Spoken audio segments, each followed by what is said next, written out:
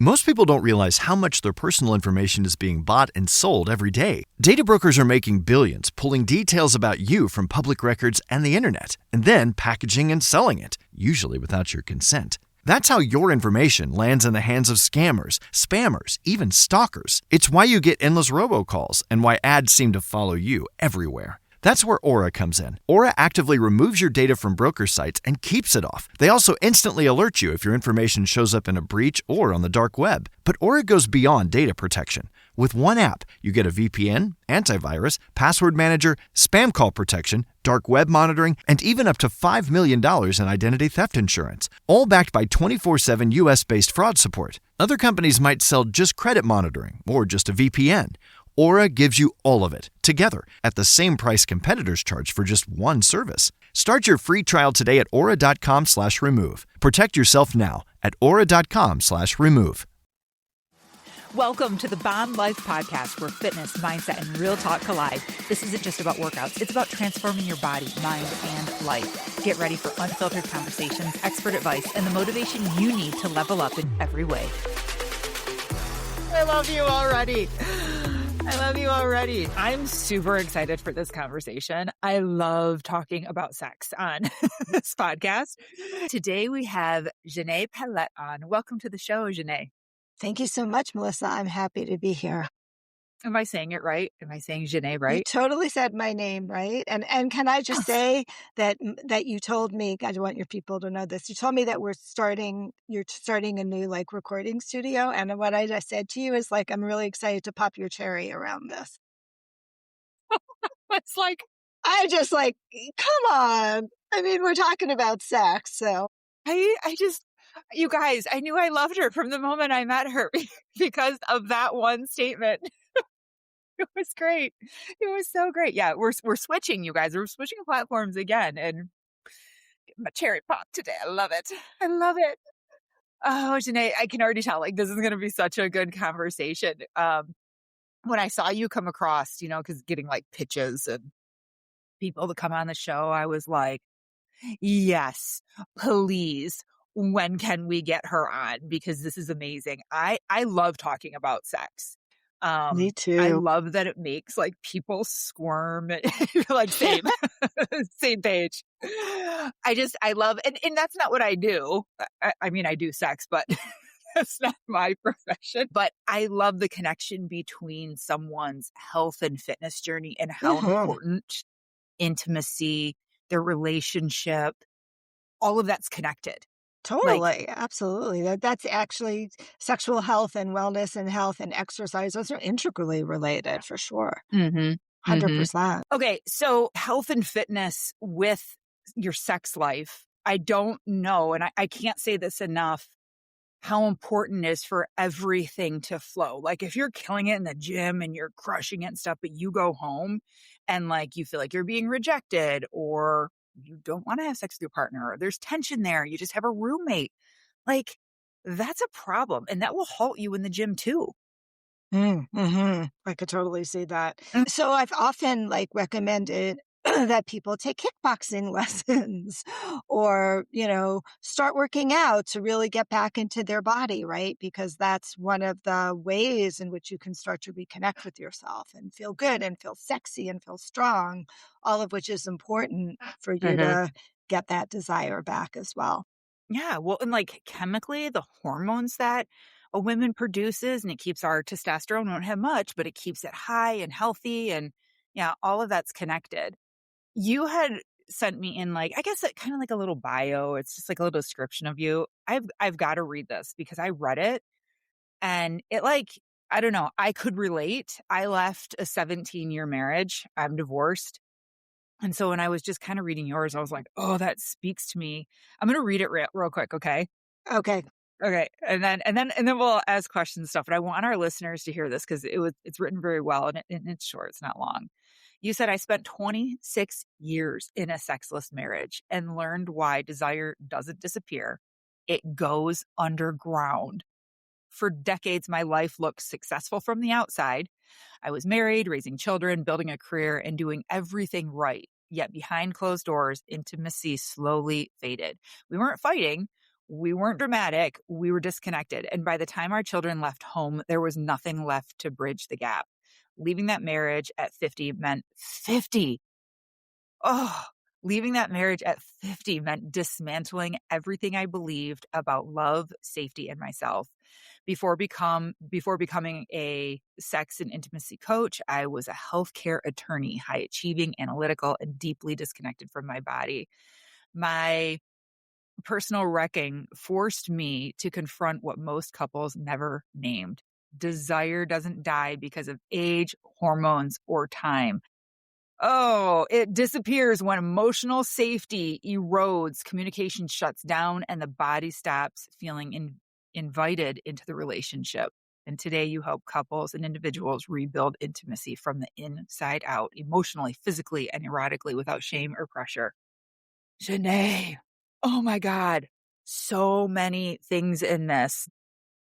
And I know people that are listening right now that are in relationships that just aren't thriving in this area, and they've just accepted Mhm, second best. mhm, Like, this is just mhm. the way it is. And I've Yeah. heard one woman ask, this was like, I don't know, like a coaching call or something, or I don't know, could have been one of my friends, but I'll never forget it. I don't even know where it came from. And they've been married years, probably 20 plus, adult children, and they weren't having sex. And she asked him, and she wanted to, she was open to it, like whatever, but they hadn't been having sex in forever. And she said, well, what do you think? Is this normal? And his response was, well, you know, I don't know. I've asked other people, and I think this is just normal. As you get older, like couples you just don't really have sex anymore. It's just not a thing. And they were Um, both completely fine with that answer. yeah. I'm sorry, what? Please tell me Yeah. that's not normal. I mean, statistically, Melissa, you know, Right. 15 to 20% of couples are in a sexless marriage. So that's a pretty high percentage, It's a high number. particularly in long-term relationships like 15, 20 plus years, right?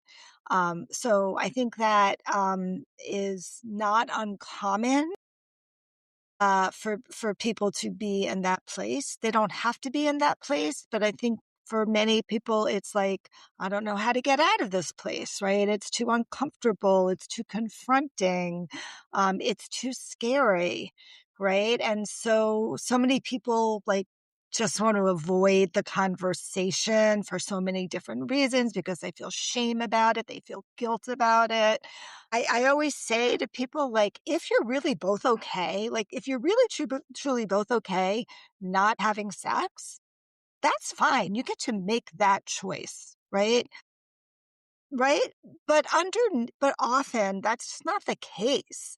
Often there's one person that actually wants sex, person with the higher desire, the lower desire, not so much. I knew I wanted to date again, but I didn't know how to address the fact that I hated having sex. It's kind of a problem going into the Kind of dating a world. problem when you're 50 years old and you want to date. So it forced me to really like take a look at this issue. And this is a long story. I write about it in my first book, Living an Orgasmic Life. But tantra and sacred sexuality became the doorway for me, and it was just like Really? coincidental that that I was dating somebody in New York. I'd started dating somebody in New York who had just gone to a tantra workshop.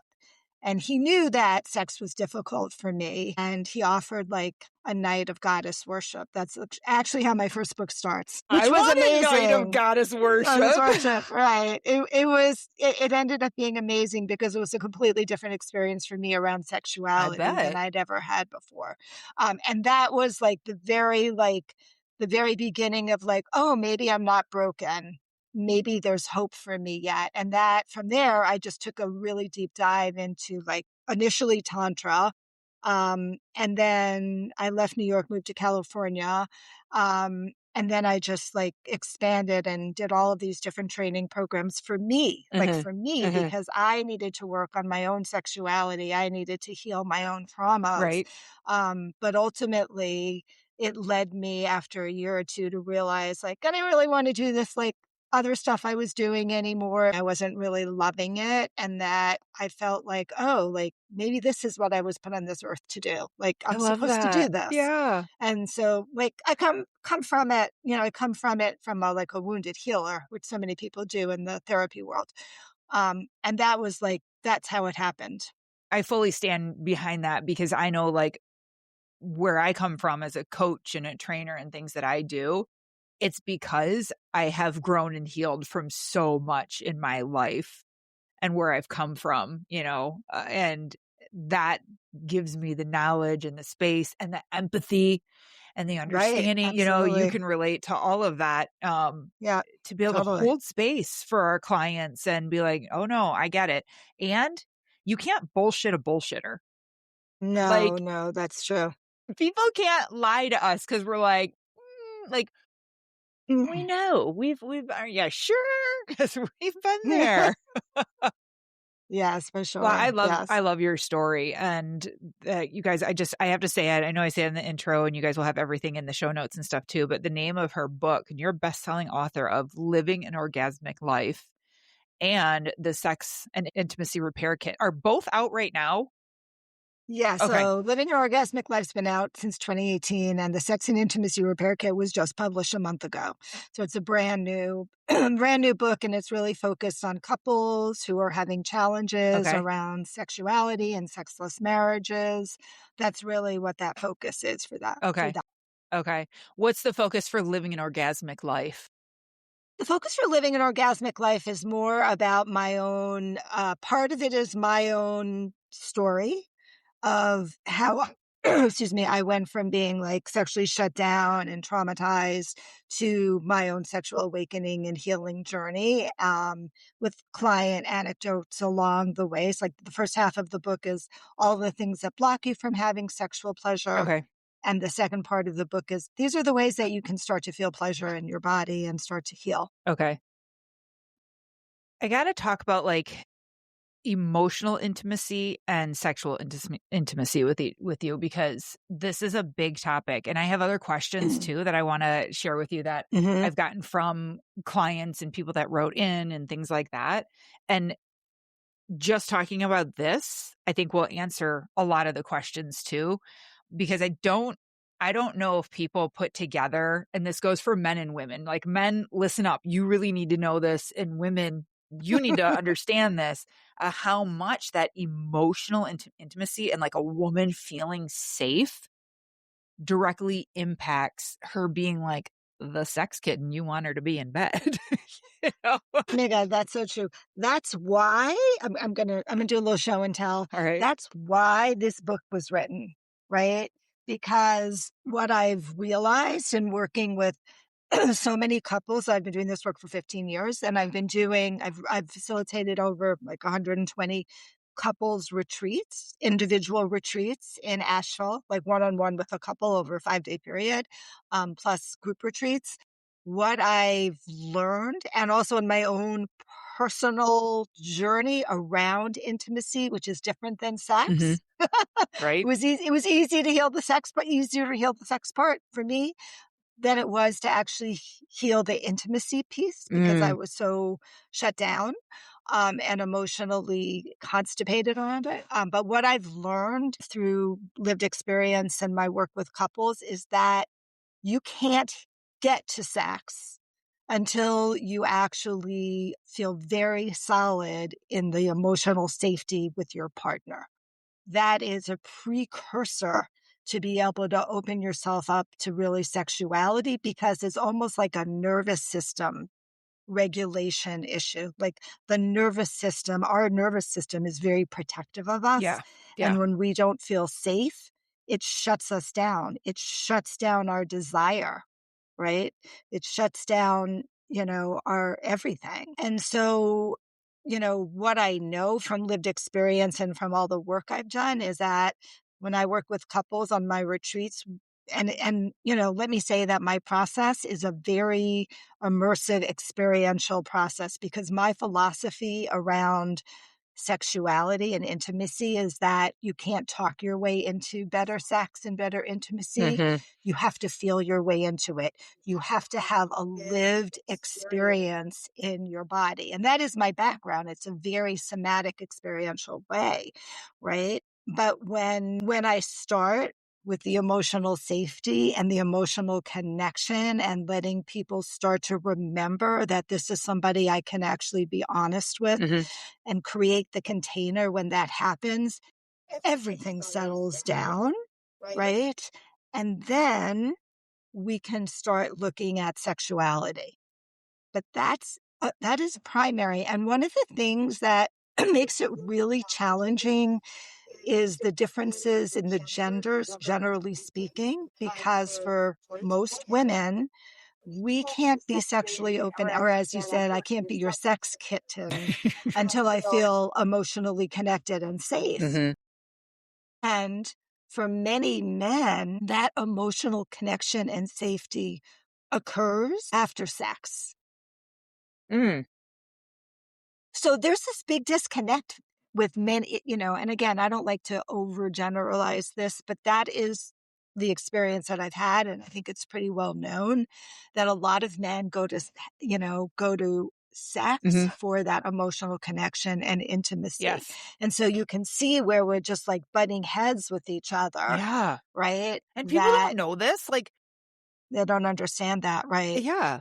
And it makes so much And sense.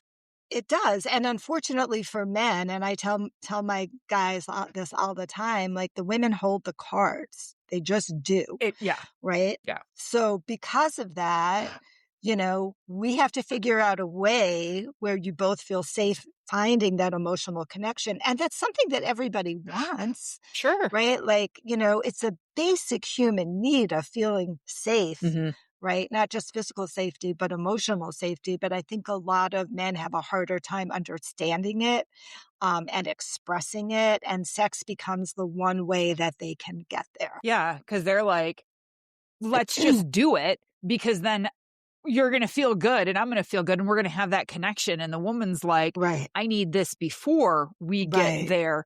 And, I think a lot of men don't understand either because I've heard this come out of guys' mouths. And it's so interesting because they're like, what do you mean she doesn't feel safe? Like, I protect her. You have a house, you have a car, you have money to spend, everything. Like, what more do you want? How could you not feel safe? I've heard those words Yeah. before. Yeah, yeah, Like, yeah. Yes. and it makes, Yes. It's very yeah. confusing And for then as a them. woman, you feel Yeah. like, oh my God, am I ungrateful? Like, what is wrong with me? I should just be happy and Yeah. should just lay down for him. Like, Yeah. it, Yeah. and they don't understand that the safety is like you being the rock, you being emotionally stable. So when I fall apart because I'm about to start my period or something, you have that space to like hold us and Yeah, but also there's the opposite side to it as well, right? tell me. Because like I have this t-shirt, it says vulnerability is sexy. It's actually a chapter in Yes. my new book, right? Yes. The emotional safety happens. Yes, we want somebody to be able to hold us, but what is vulnerability, right? Mm. Vulnerability is, being able to show that you're human, right? And letting your partner show you that they're human, which makes us feel less ashamed of our humanness, Yes. right? We need to both be able to be like, yeah, here I am. I'm showing up this way, but underneath it, I have all of these fears and all of this stuff that I'm bringing into this relationship and my childhood wounds. And I'm scared that you might leave me because you're rejecting me, right? Like, that's the part that needs to get exposed because then it's like, oh, okay, now I can trust you. Hmm. Not that it's true, right? And I have the same issue, right? It's not like I don't think you're going to hurt me, that, there's no physical safety issue. I have that house, I have everything I need, but I need to feel like I can trust your heart, Yeah. right? And that you can see me for who I am, Hmm. and most importantly, because I hear this all the time, you let me in, right? You let me in to see you for who Yes. you are. You show me that other side of you, which we all have. Sometimes I have to dig to get it. out of people, both women and I was men, going to say more because, men or both. it varies, situationally, who's more avoidant in the relationship is usually the person that's more scared to be vulnerable and open up. Mm-hmm. Yeah. And I see a lot of men too, because I'm talking about like be the rock. Don't be like an emotional bitch. Like, Mhm. don't like have a bad day and then come home and yell at me and take it out on everyone and then just ignore me and ignore everyone else. And then we have to walk around on eggshells because we don't know what kind of mood dad is in, Right. that. But then also like you said, being vulnerable, coming home and like talking and sharing and letting me in and making me feel like a partner. And so you're not carrying that all alone. That's, oh my God. Because that's what creates the distance, right? Yeah. Like, that's actually what creates the distance in the relationship, of feeling like we're really not on the same wavelength. We're really not connecting. Like, I'm feeling kind of lonely, even though you're living with me and sleeping in my bed and we're doing stuff together, Right. especially if you have children. But I actually feel lonely. Yeah. And that's what we want to address first to help really allow sexuality to come back online if Hmm. it's offline. Yeah. I got this question. I got this question before on another episode that we've done on sex and intimacy. And I love hearing different responses from different professionals Mm, and coaches and therapists and stuff. And it's the one about like libido and what do mm, you do when how do you navigate that when one person wants it more and the other person mhm, doesn't?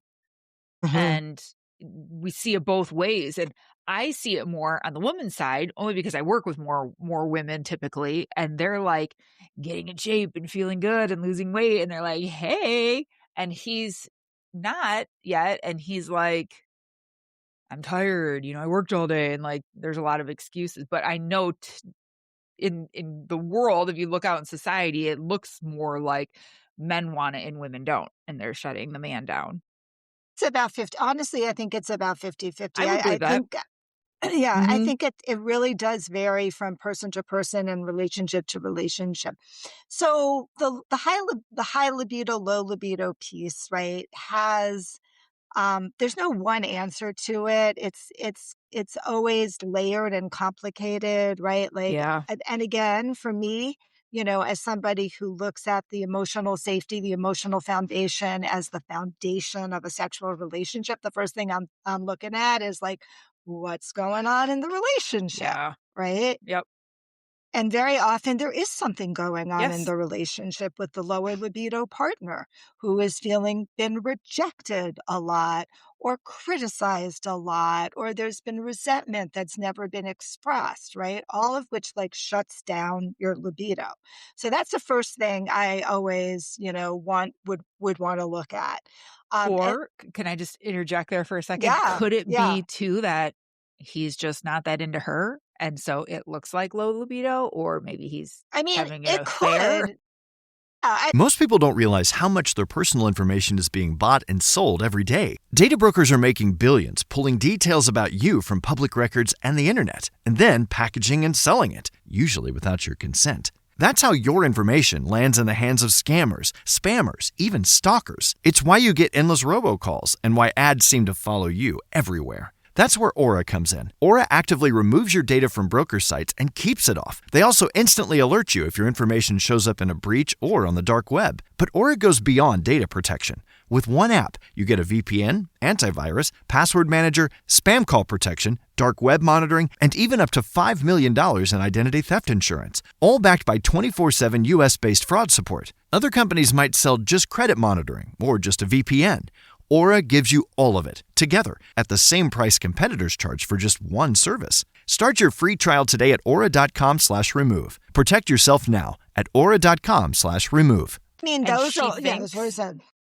Oh, Those are all that's all showed up. Those are all but possibilities. again, to your point, that it's all relationship. Look at It that is. would be a root of the Yeah. relationship. Yeah. That would be a root of, yeah, Yeah. I'm having an affair because my emotional needs aren't getting met. My sexual needs aren't getting met, right? Like, well, what happened in this relationship 2 years ago where things started falling apart, where somebody didn't feel safe to express what was going on, where you started feeling lonely and distant in this Yep. marriage, right? So yeah, so like I said, it could be a lot of different reasons. Clearly, also, maybe this doesn't pertain as much to the clients that you're talking about, but certainly as women age, our desire shifts from spontaneous Yeah. desire to more responsive desire, Yep. right? Which is kind of like the Nike just do it. But it's true, right? Like, as our hormones drop and our testosterone estrogen levels drop, like we think less about sex very often. It's not so spontaneous, but if we start getting turned on or touched in the way we like to be touched, or something partner comes and whispers in your ear, right? Your body starts to begin to respond. And that's what we Interesting. call, responsive desire. That's huge, especially as women are going through aging, going through menopause, Hmm. etc. So it could be like so many different possibilities why there is mismatched desire. Another big piece, which most people don't talk about, is something called core desires. Have you ever heard of that before? No. Core desires. No. So, core desires are the emotions that you want to have during sex, not what's happening, not Hmm. like I want to have an orgasm, but how you want to feel emotionally. And they really relate back to, believe it or not, soothing your childhood wounds. So, it's very interesting. Let me give you an example of this because this really helps unlock it for many, many people. Okay. So, let's say that you're somebody who really wants to be taken, like you're a high achieving woman, right? You're the CEO of your company, you're managing all the shit, you're doing all the things, you're totally responsible, like the buck stops with you. Exhausting, right? Yeah. But what you really want in the bedroom is to be taken, I feel right? like you're speaking to me. You wanna be ravished, right? Maybe you wanna be, like, Hmm. bound so that you're, like, totally in a submissive space Hmm. so that you don't have to do anything, that you don't have to take control anymore. But what your partner offers you is what they think that they should offer you, which is, like, nice, sweet, like, making love, right? Mm. That's not a turn on, right? That need, that desire, that core desire isn't being met. And often that core desire goes back to like a childhood wound. So, for example, you were a child who, at a very early age, had to take care of yourself or take care of other people in the family and had to be responsible, right? So often that's where, and not often, it always shows up back that way. Um, that's a huge reason why low libido partners are low libido because Interesting. they don't even know what they want to feel emotionally, and they're not getting it. Interesting. God, it's so fascinating to me, like, how deep this stuff really goes, and, like, you're Mhm. gonna miss it. You're gonna completely miss it if you don't have these conversations and really figure out who you are and what you want, you know?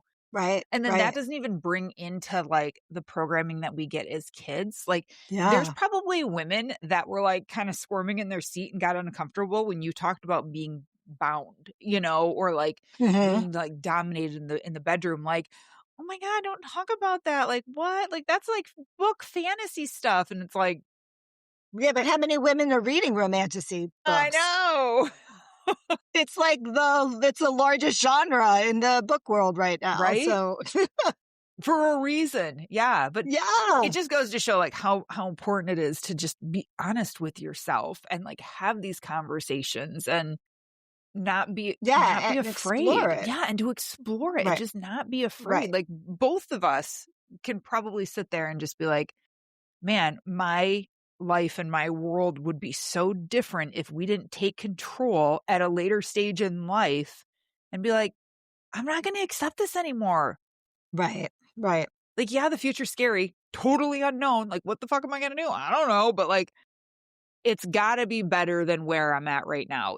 There's got to be more to life, this one life that we get, than just experiencing this and just being okay with this, or Yeah. Yeah. completely not That was even. my word. That was my mantra. Like my question that I asked myself was, is this all that life is? Is this all that life is at, 49? And I was like, yeah, it can't be. It It's can't got be. to be better than this. Right? There's got to be more. Right? I've had a really great life and there's got to be more here. Mm-hmm. Yeah. What's something that people are doing in their relationships right now? Like, they think it's helping, that it's actually like really destroying the relationship. Can you think That's a of great anything that you question. see right now, like a common thread, or that you've seen often, or? I see a lot of common threads, what they think is helping. Oh, so I think one of the things that I think people think are helping is that when they get into conflict with their partner, one of two things happen. Either one of them tries to fix it right away, like immediately tries to fix it, which doesn't help. It actually makes it worse. Or most frequently, they just like, yeah, and they shove it under the rug and nobody ends up talking about it, but a resentment starts building up. And then that same pattern shows up again and Mhm. again and again. And I think people think that like, oh, I'm totally fine. Yeah, I'm not really upset when they really are. Yeah. And they're afraid to confront their partner because, we don't want to cause pain to each other, Right. but we are meant to cause pain to each other because that's what happens in a romantic relationship, It's gonna happen. right? It's like the question is like, how do you deal with that? Mhm.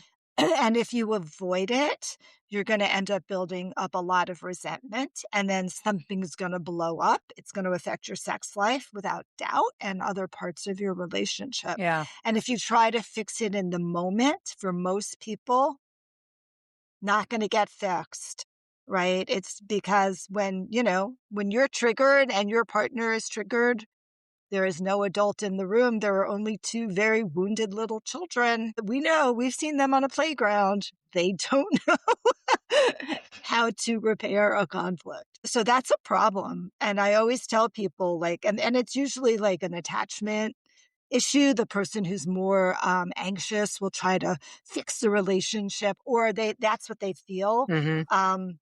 Like, oh, I can fix this. I'm going to fix this. Mhm. And it doesn't fix it. No. It just makes it worse. It creates more and more and more disconnection Yeah. and Yeah. Well, conflict. speaking as a person that's more like anxious attachment, that's me. And I'm like, I don't want to have the discomfort. I don't want to, I don't like it to be uncomfortable. Like, we need to fix this. I need to know everything is okay. I need to know that you love Right? me. Yes, Like, yes. Thank you. That is pure anxious attachment yeah, yeah. I'm like, style. girl, hey, that's my middle name, Melissa, anxious attachment. And I never knew that. I didn't know any Mhm. of this when I was married. Yeah, yeah. I didn't Me know neither. any of this, and I'm okay with it. Like, I know it now, so now I know I can go, "Okay, breathe, pause, think about this. What age, Melissa, are you right now? Is Mhm. this scared little, like, 8-year-old you? Right. Because this is an adult badass boss Melissa right now." Mhm, mhm. So And take a break, right? Like, yes, you gotta come down. Repairing conflict is critical, but you've gotta come down. You've gotta both be down off your triggers, so that you can actually have an adult right, conversation to be able to repair, right. which is super important. Okay, tell me about these retreats, because I am sure, do you have another one coming up soon? Like, how often do they Well, happen? so I offer private retreats in Asheville. So I live in Asheville, North Carolina, Okay, and I offer private retreats with couples. So it's one couple at a time okay, and me over a generally 4, sometimes 5-day period of time where we do something like somewhere between 13 and 16 hours of one-on-one coaching in like 3-hour blocks. okay, And they're incredibly effective. Like, I have a lot of couples come to me in sexless marriages. Sometimes they're on the verge of separation. Sometimes it's affair recovery. Occasionally, it's like, we just want to have better sex, which is great, Mhm. but that's not necessarily the norm. And we do a really deep dive on their specific issues. It's completely personalized to what's going on in their relationship, right? So no retreat is similar. They may have similar elements to it, but no retreat is similar. And one of the reasons are like I have close to a 90% success rate on couples leaving and feeling more connected 30 days later, 60 days later, 90 days later. Like there's a lot of major shifts that actually happen. Mhm. And I think part of that reason is because they're immersive. So it's not talk therapy. Remember my philosophy, you can't talk your way into better sex. You've got to feel your way into it, right? So it's not talk therapy. It's actually an immersive, even when we're doing intimacy work, we're doing exercises. I'm asking them, what are you noticing in your body when you look in your partner's eyes? Very powerful practice. What emotions are showing up, right?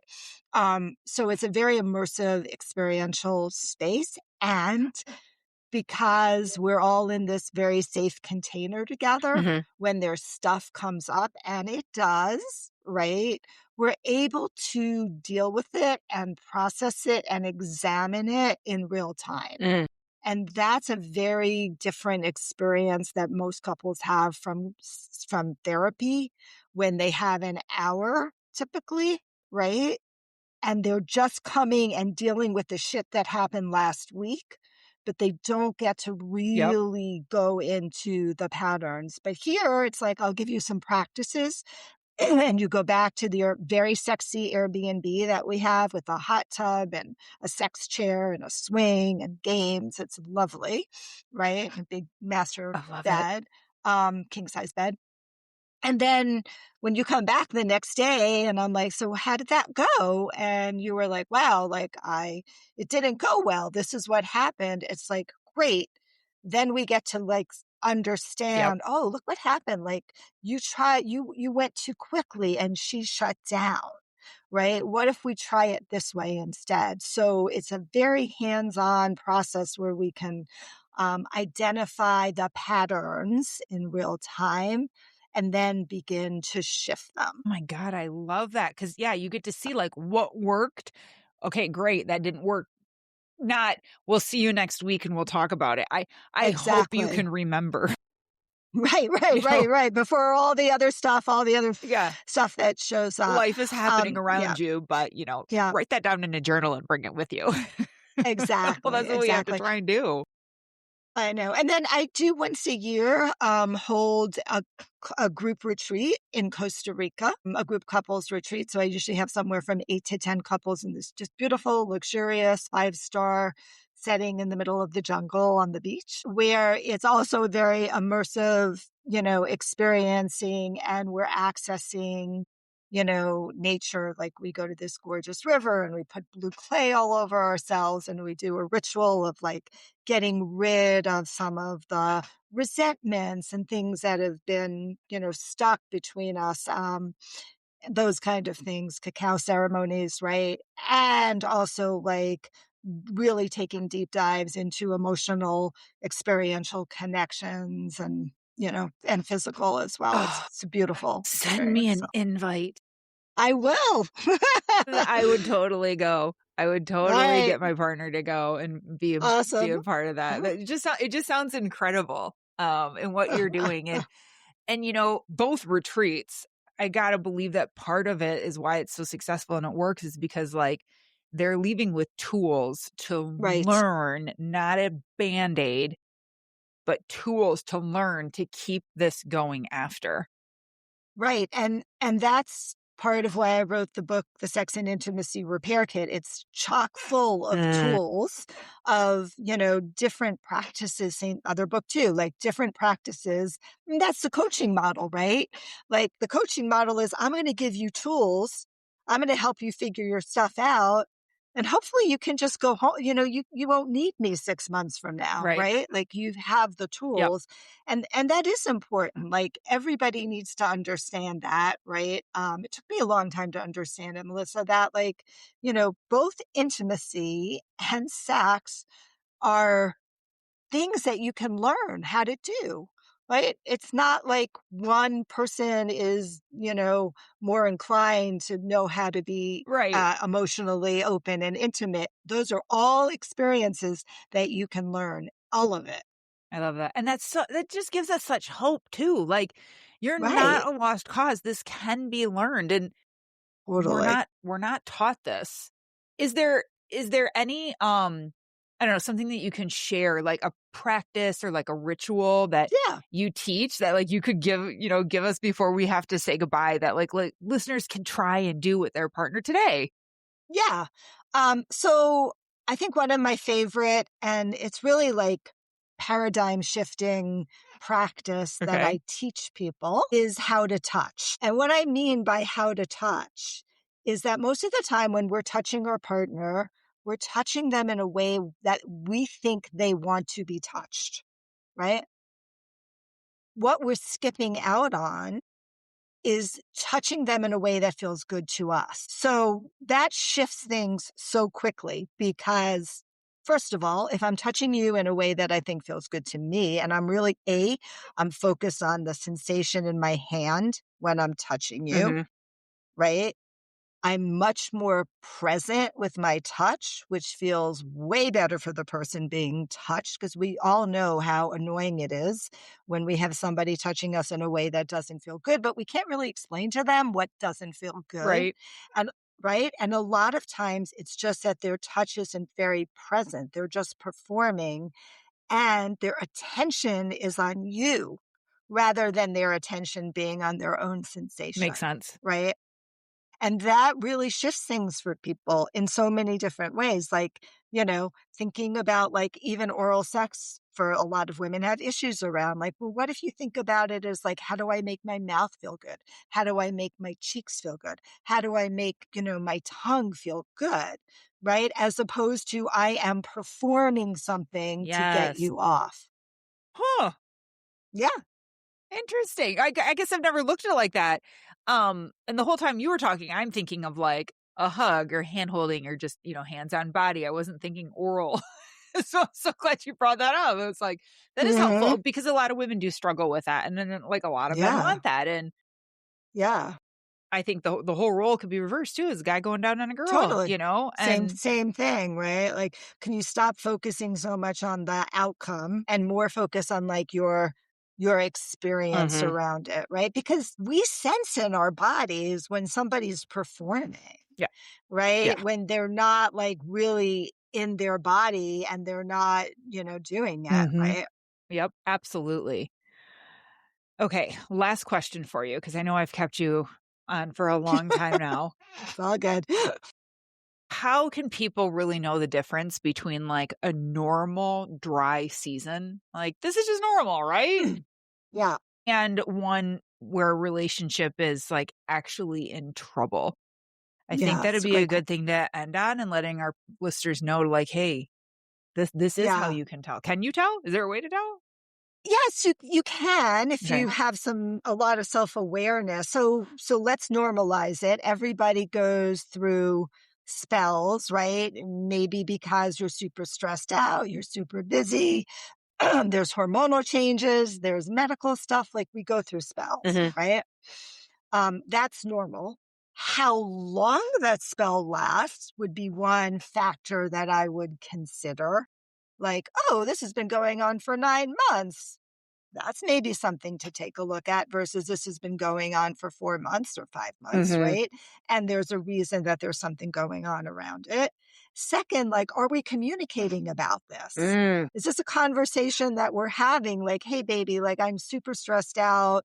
I just got this new job. I really don't have any libido, or, you know what I'm saying? Yeah. Like, is there conversation around it, which is like, that's safety. That's like, okay, we're good. We're in it together. Are we able to communicate what our needs are? Versus when we're in trouble, for me, it's like we're in trouble when we're not talking about it. We're in trouble when there's no connection between the two of us. We're in trouble when we start feeling lonely. I think that's a very big Mm, factor. If you start to feel lonely in yes. that relationship, you are in trouble. Yeah. I'm not saying you can't come back from it. You absolutely can, but that's a huge signal that like things are not okay. I think that's a really good point. Yeah. Yeah. Yeah. Oh my God. Janae, I feel like we could talk for hours on this. Like, we might have to have you back again because there's so many I'm happy to questions. come back. We didn't even get to so many things, but I'm just gonna encourage everyone right now to get your book, Living an Orgasmic Life and the Sex and Sexy. Intimacy Repair Kit. We'll put And to all come to my retreats. and go yes, and go to the retreats 100%. We'll put all the links that we have and everything into the show notes, but tell us, where can people find you? Where can they go to look at the retreat information and contact Yeah. you? And You can go to my website, which is passionateintimacyretreats.com, okay, passionateintimacyretreats.com. perfect. Like, we cannot have enough conversations around this. And I agree. to like get Thank you for having these yeah. conversations and bringing people in to have these conversations Yeah. because we need to continue to like spread the word. Yeah. Well, people deserve it, and like, Yeah, think of how much better the world will be if people are, like fully feeling their relationship intimacy. Everyone's having the amount of sex that they should be having, orgasms. It's good absolutely. for the Very environment, important. people. Have sex. It's good for the environment. But this is great. We definitely have to connect again. Thank you for coming on. You're a true blessing to the show, and we'll make sure we put everything in the show notes so people can find you and link to you, and we'll definitely be in touch. So thank you. Sounds great. Thanks for having me. Bye, everybody. Everyone, stay safe, stay healthy. Until next time. The Bomb Life podcast is for informational and entertainment purposes only. The content shared here is not intended as medical, legal, or professional advice. Always consult with a qualified professional before making any health, fitness, financial, or legal decisions. The opinions shared on this podcast are personal experiences and insight. So if you need expert guidance, go find the right professional for you. Thanks for listening. Most people don't realize how much their personal information is being bought and sold every day. Data brokers are making billions pulling details about you from public records and the internet, and then packaging and selling it, usually without your consent. That's how your information lands in the hands of scammers, spammers, even stalkers. It's why you get endless robocalls and why ads seem to follow you everywhere. That's where Aura comes in. Aura actively removes your data from broker sites and keeps it off. They also instantly alert you if your information shows up in a breach or on the dark web. But Aura goes beyond data protection. With one app, you get a VPN, antivirus, password manager, spam call protection, dark web monitoring, and even up to $5 million in identity theft insurance, all backed by 24/7 US-based fraud support. Other companies might sell just credit monitoring or just a VPN. Aura gives you all of it, together, at the same price competitors charge for just one service. Start your free trial today at aura.com/remove. Protect yourself now at aura.com/remove.